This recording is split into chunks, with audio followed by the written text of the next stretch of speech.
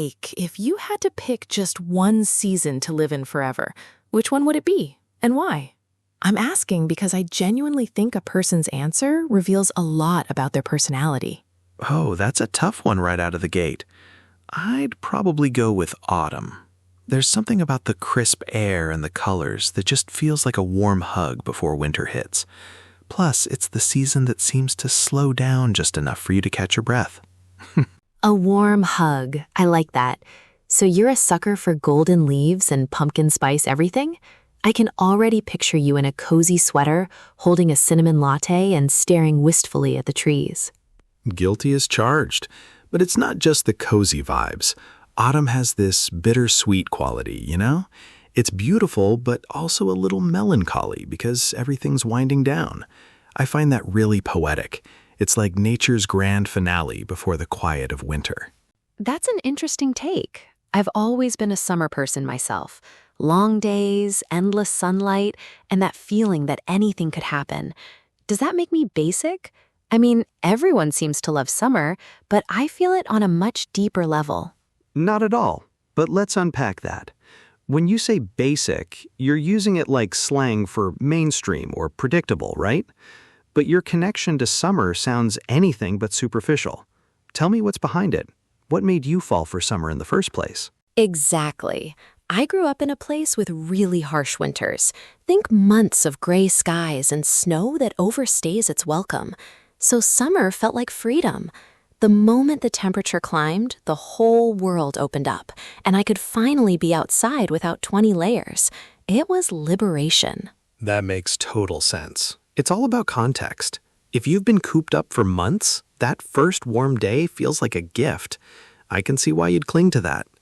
By the way, cooped up means confined indoors for too long, like a chicken in a coop, a very useful phrase for winter misery. Right? And there's a phrase in English, to soak it all in. That's what summer is for me, just standing still and absorbing the heat, the sounds, the smell of cut brass. I remember being a kid and lying on the lawn, staring at the sky, and literally feeling like I was recharging. Soak it all in. That's a good one. It means to fully enjoy and experience a moment without rushing. We should pin that for our listeners. Your memory paints such a vivid picture. It's almost like a mindfulness exercise long before that word became trendy. Definitely. It's like a mental snapshot. So, Jake, you mentioned autumn's bittersweetness. Do you think your personality matches your season choice? Are you a reflective, slightly nostalgic soul who thrives when the pace slows down? Oh, interesting. I'd say I'm reflective and a bit of an introvert, so maybe. Autumn invites you to slow down and think, whereas summer seems to demand you be social and energetic all the time. I love how the season gives me permission to be quiet and introspective without feeling guilty about it. I never thought of it that way, but I'm pretty extroverted, so summer's social whirlwind energizes me. You'd probably find a summer music festival exhausting, wouldn't you? All those crowds, loud music, and dust everywhere. It sounds like my paradise and your nightmare. Completely. I went to one once and needed a week to recover. Too many people, too much noise. Give me a quiet walk through fallen leaves any day. There's a subtle symphony in the crunch of dry leaves under your boots that no loudspeaker can compete with. See, that sounds lovely for about an hour. Then I'd miss the buzz. But maybe that's the beauty of seasons. They each have a different energy. If we lived in one constant climate, we'd lose that variety. Imagine a year without the anticipation of change. It would feel flat, don't you think? Absolutely. And there's a word for that longing for a different season or place, Fernweh. It's German, but English borrows it sometimes. It's like wanderlust, but specifically a yearning for far-off places and climates. The contrast between seasons feeds that longing in a healthy way. Fernweh. I love that. It's like wanderlust, but more specific. So you're saying we need the contrast to appreciate each season? Without winter's bite, summer would just be hot and humid with no emotional relief. Exactly. Without winter's cold, summer wouldn't feel so sweet. The idiom, absence makes the heart grow fonder, applies to weather too, I guess. After a long, dark January, even the first timid crocus poking through the snow feels like a miracle. I totally agree. Speaking of winter, Do you enjoy any part of it? Because I struggle from January to March. I just get through it, white-knuckling until the clocks spring forward. Do you find any magic in those freezing months? I actually love winter in small doses. The silence after a fresh snowfall, there's nothing like it. It's muffled, almost magical. Plus, you get to hunker down. I think of it as nature's way of forcing us to rest, which in our always-on culture is a rare gift. Hunker down means to settle in and get cozy, right? Like preparing to stay indoors for a while? I can picture it. A fireplace, a thick blanket, maybe a pot of soup simmering on the stove. That sounds wonderful in theory, but I still dread the dark mornings. Exactly. You light a fire, grab a blanket, and just ride out the storm. That's my kind of winter. But the bitter cold and icy roads, you can keep those. I think the coziness is the reward for enduring the inconvenience. Without the storm, the shelter doesn't feel as comforting. See, that's the thing. I associate winter with scraping ice off my car and short gray days. It drains me. There's actually a term for that, seasonal affective disorder, or SAD. It's when the lack of sunlight seriously impacts your mood and energy levels. Right, sad. It's a real thing. Some people's moods drop with the lack of sunlight. That probably reinforces why you're a summer devotee. Your body chemistry might literally crave those long, luminous days, and there's no shame in that. It's biology. Definitely. Sunlight just flips a switch in my brain. It's like I'm solar-powered. So Jake, you're an autumn guy, but what about spring? It's kind of a fan favorite, that burst of blossoms and hope after the thaw. Where do you stand? Spring's a mixed bag for me. I love the renewal, the blossoms, but my allergies are a nightmare. I can't fully enjoy it when I'm sneezing nonstop. It's like nature is throwing a party and forgot to invite my sinuses. So I admire spring from a distance, preferably through a closed window. Oh no, that's a bummer. So nature's beauty comes at a price. But the symbolism is powerful. New beginnings, hope, everything thawing out. In many cultures, spring is the time to clean house, literally and metaphorically, sweeping away the old to make room for the new. Exactly. In literature and art, spring is often a metaphor for rebirth. It's optimistic. Summer is the peak, autumn the decline, winter the dormancy, then spring starts the cycle again. It's the ultimate comeback story, and we're hardwired to respond to that narrative. I've never thought of the seasons as a life cycle, but it's so obvious. That's a bit philosophical for a Friday chat, though. Still, it's amazing how deeply these patterns are embedded in our language and thinking. Maybe, but it's fascinating. It shapes how we talk about our own lives. We say, in the spring of my youth, or the autumn of my years. These aren't just poetic flourishes. They're conceptual shortcuts that everyone intuitively understands because we all live through the same cycle. Good point. And winter of discontent from Shakespeare, right? So we use seasonal language metaphorically all the time without realizing it. Even business has seasons. A company might be in its growth spring or facing a winter downturn. Right. Language and nature are deeply connected. That's why learning idioms around seasons can really boost your fluency. They're so common. If you can master phrases like the dead of winter or the dog days of summer, you'll sound much more natural and nuanced. Let's give our listeners a few practical ones. For example, to be a breath of fresh air. We use that for a person or idea that's new and invigorating, right? Like, after all those boring meetings, her creative presentation was a breath of fresh air. Yeah, like her creative approach was a breath of fresh air. You can use it year-round, but it's rooted in that feeling of stepping outside and taking in clean air. It's that instant sense of clarity and rejuvenation you get when you escape a stuffy room. And what about to make hay while the sun shines? That's a farming metaphor, meaning to seize an opportunity while conditions are favorable. If a deal is on the table and the market is hot, you strike while the iron is hot, or make hay while the sun shines. Perfect for summer. It's all about taking advantage of good timing. If you have a chance to do something, don't wait until it's raining. I think freelancers live by this motto. When work is plentiful, you take it, because you never know when a dry spell will hit. I love that one. There's also to be snowed under, which obviously means being overwhelmed with work. I feel that every December. My inbox becomes a blizzard, and I can barely dig my way out before the holidays. Me too. It paints such a clear picture. You're buried in tasks like a car under a snowdrift. Very effective. And the beauty is you don't need to explain the feeling.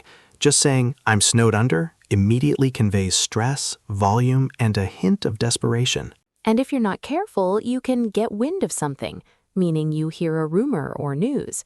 That one's not tied to a season, but it's weather-related. I got wind of the fact that they're planning a surprise party. The information carried on the breeze. Exactly.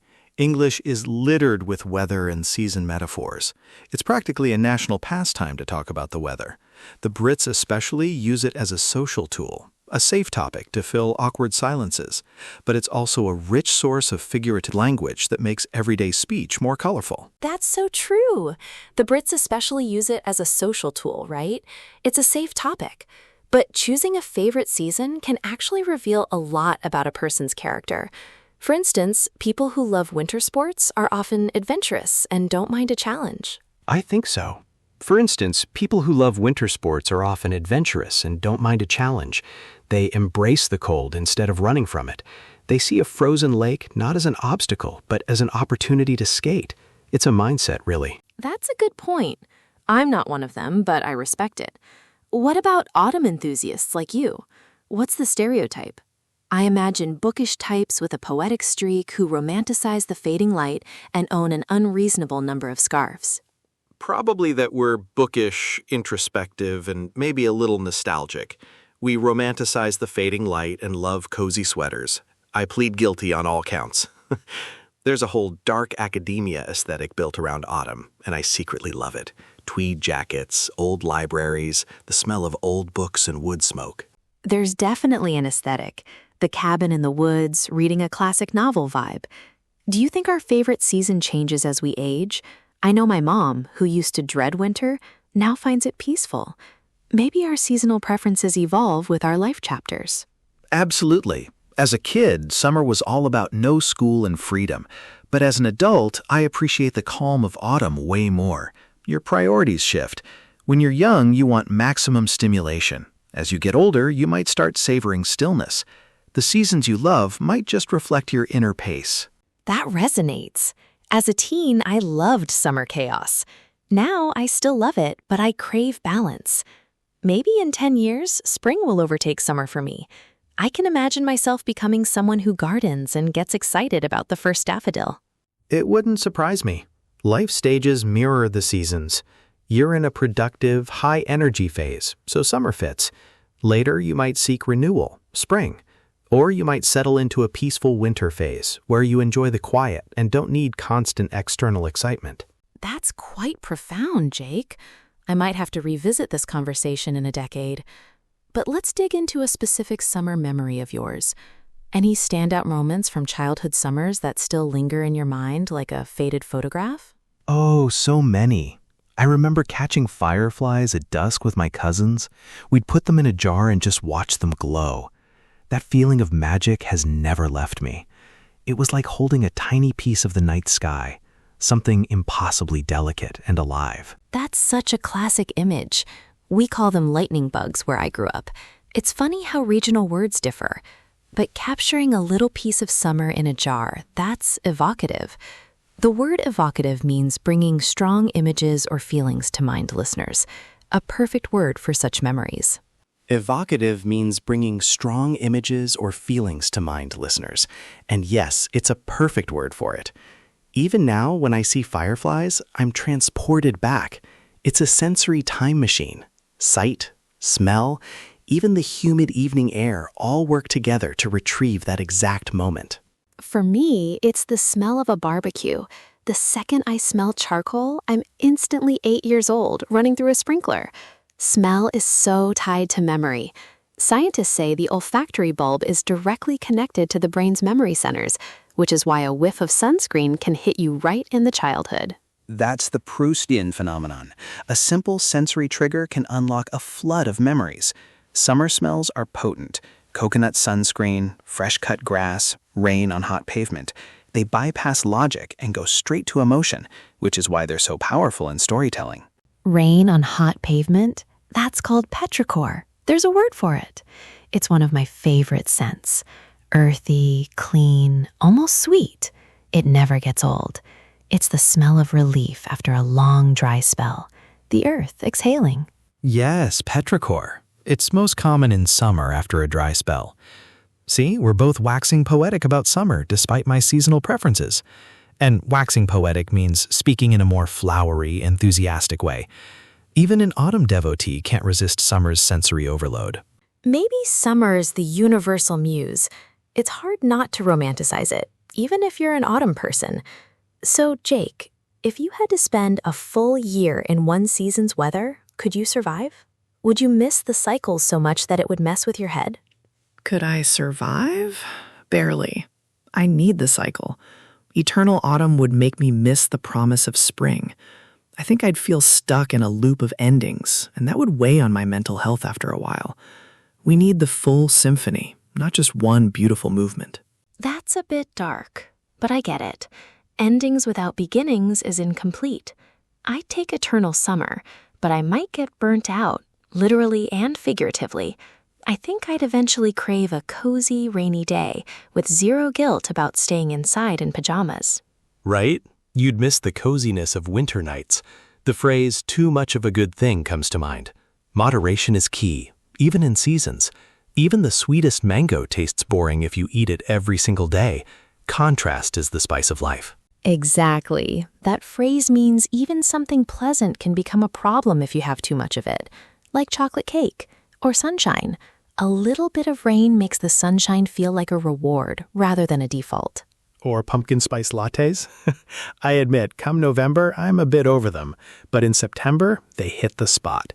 It's all about timing. Seasonal treats are special precisely because they're fleeting. You can't get that exact taste and feeling in March, and that's the point. Totally. Seasonal foods are a big part of the appeal. Summer has watermelon and ice cream. Autumn has apples and cinnamon. Winter has hearty stews. It's a culinary calendar that guides our meals and marks the passing of time in the most delicious way. And those associations are deeply ingrained. If you celebrate Christmas, the scent of gingerbread is winter in a biscuit. Food traditions tie us to seasons. They connect us to ancestors who also preserved fruit in summer and fermented cabbage in autumn to survive winter. Absolutely. And different cultures have different seasonal food rituals. In some places, spring is for foraging wild garlic or morel mushrooms. It's a shame if you miss that window because you've lost a whole year until that specific flavor returns. Foraging means searching for wild food. It's a great way to connect with the season. You literally taste what the earth is offering right then. It's a practice of paying attention, of being in sync with nature's schedule rather than the supermarket's endless, seasonless supply. That's a lovely way to put it. I've gone strawberry picking in early summer. It tastes 1,000 times better than store-bought, and it's an experience, not just a purchase. You get the sun on your back, the juice on your fingers, and a deeper appreciation for the fruit. Yes, an experience. That's what seasons give us. A series of fleeting experiences. Cherry blossoms only last a week. Autumn leaves might peak for a weekend. There's urgency in beauty. It forces mindfulness.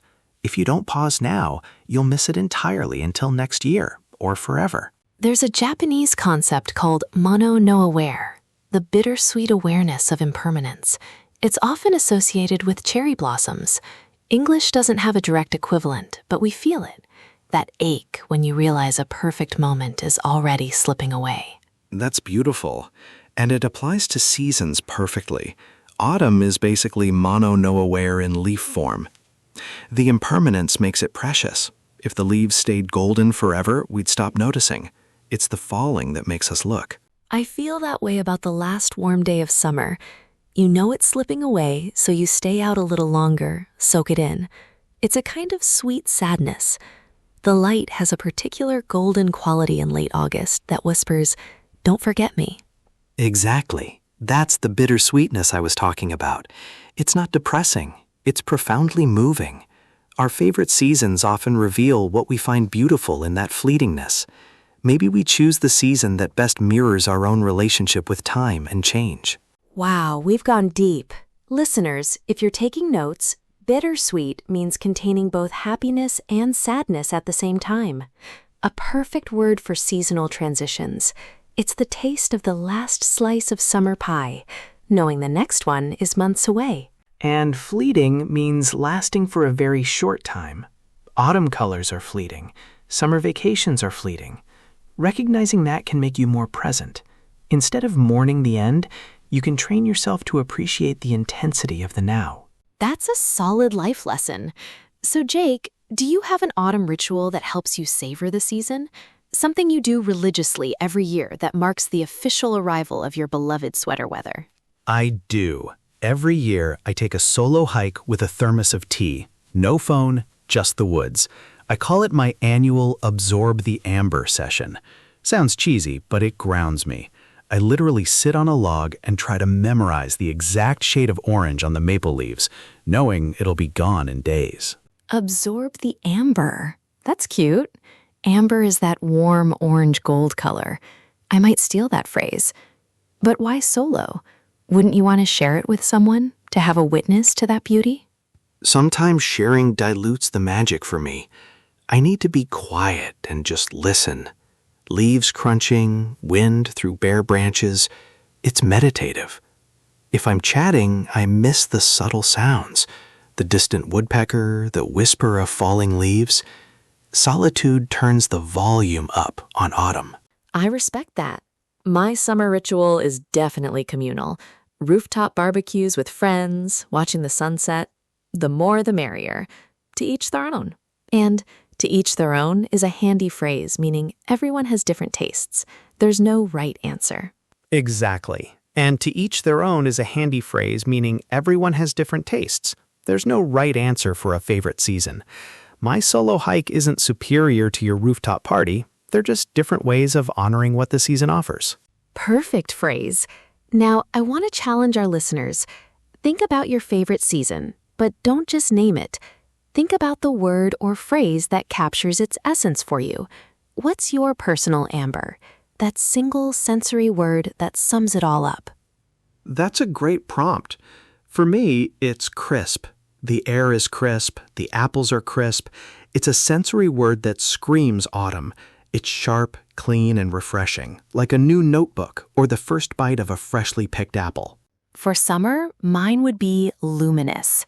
The light is golden and rich, especially in the golden hour.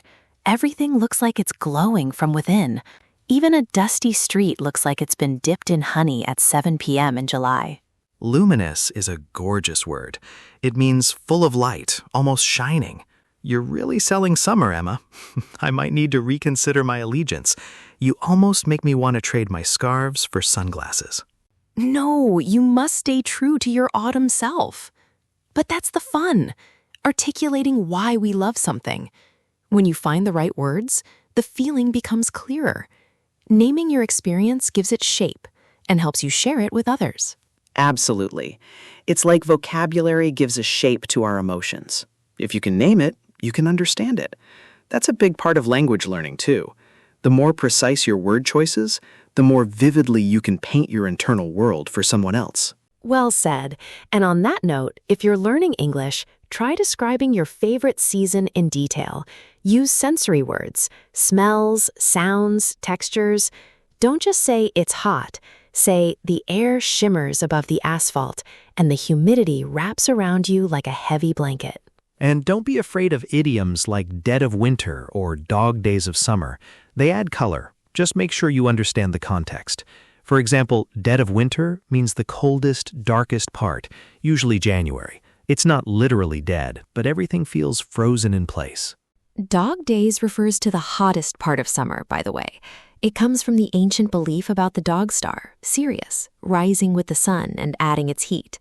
So even our phrases have seasonal history rooted in astronomy and mythology. Exactly. Language is layered. So Emma, after this whole conversation, has your summer loyalty wavered at all? Have I planted a tiny autumn seed in your sun-drenched heart? A tiny bit. I'll confess. Autumn has a certain intellectual charm I'd overlooked.